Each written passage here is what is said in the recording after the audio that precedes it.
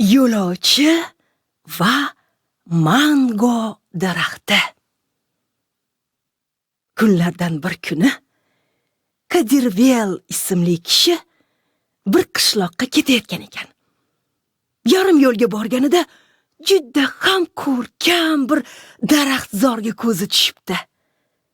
Uni o'rtasida shoxlari atrofga keng quloch yoygan azim mango daraxti osmonga bo'y cho'zib turganmish. Uning shox-u yaproqlari g'oyatda qalin bo'lib, bir-biriga ayqashib ketgan ekanki, hatto porloq quyoshni zarracha nuri ham bu jonli chodirdan o'tib daraxt tagiga tushmas ekan. Kadirvel uzoq yo'l yurib charchagan ekan. Vaqti ziq bo'lishiga qaramay, shu yam-yashil chodir ostida biroz hordiq chiqarmay o'tib keta olmabdi. Devdey bahaybat mango daraxtining tagiga kelib o'tiribdi. Bu yer juda ham ajoyib ekan. Kun qizig'ida yaproqlar orasiga yashirinib olgan qushchalarning yoqimli ovoz bilan chaqchaqlashib sayrashlari eshitilar ekan. Tanga orom bag'ishlovchi shabada dam-badam esib turar ekan.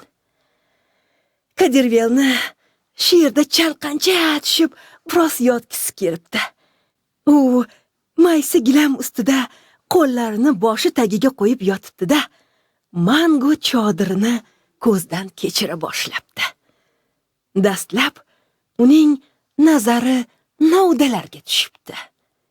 "Iye, bular juda ham ajoyib-ku", deb o'ylabdi u. Qaragan sari qaraging keladi. Ana u mitti mevalar-chi? Ular ham bir-biridan chiroyli. Ehtimol bu daraxt shu yerdagi son-sanoqsiz qushchilar uchun yaratilgandir.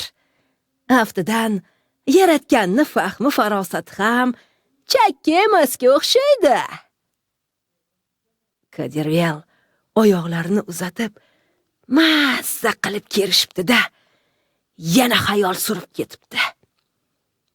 Lekin shu ishni masalan mana menga topshirsalar edi, bunday qilmagan bo'lardim, deb o'ylay boshlabdi u.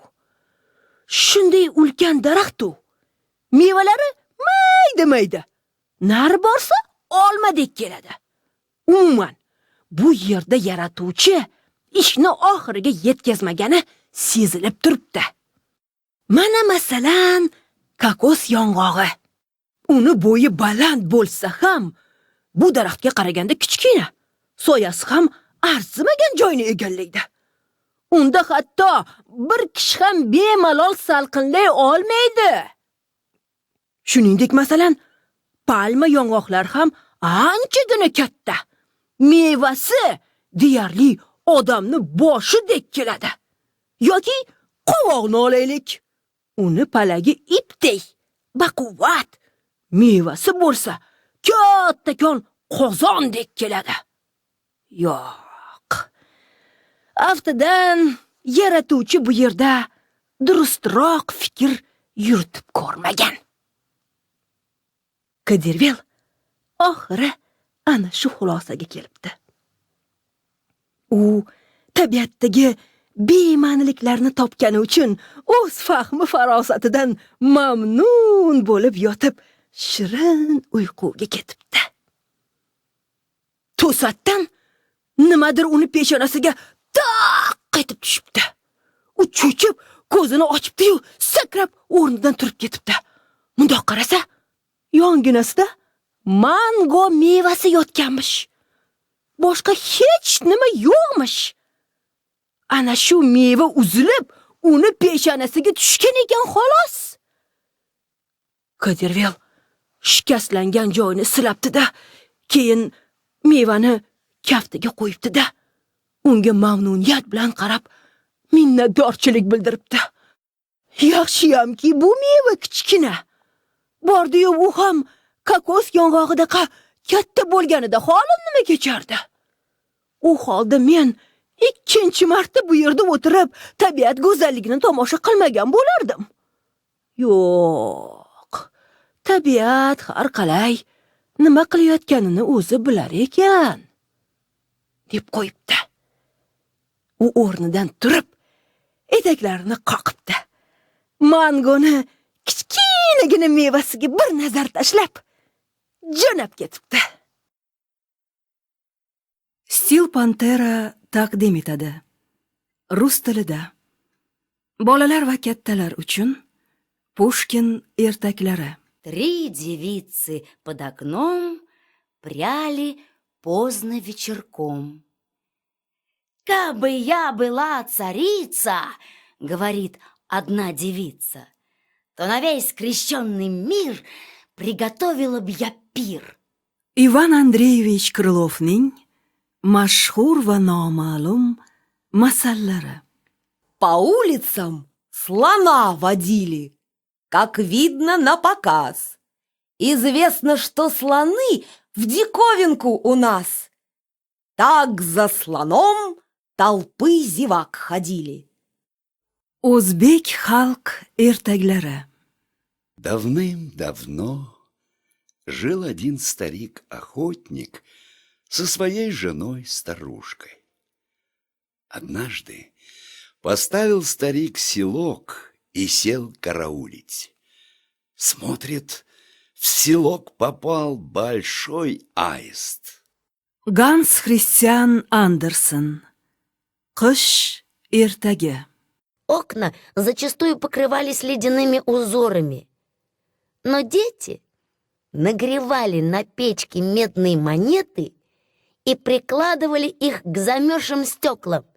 Сейчас же оттаивало чудесное кругленькое отверстие, а в него выглядывал веселый ласковый глазок. И это смотрели каждый из своего окна, мальчик и девочка, Кай и Герда. G'ofur G'ulom. Shumbola. Дни идут за днями. И однажды Ишан снова зовет меня в худжру. «Сын мой, — говорит он мне ласково, — много труда ты положил на нас. Теперь знаешь все дела нашего дома. И сам видишь, сколько человек я должен содержать.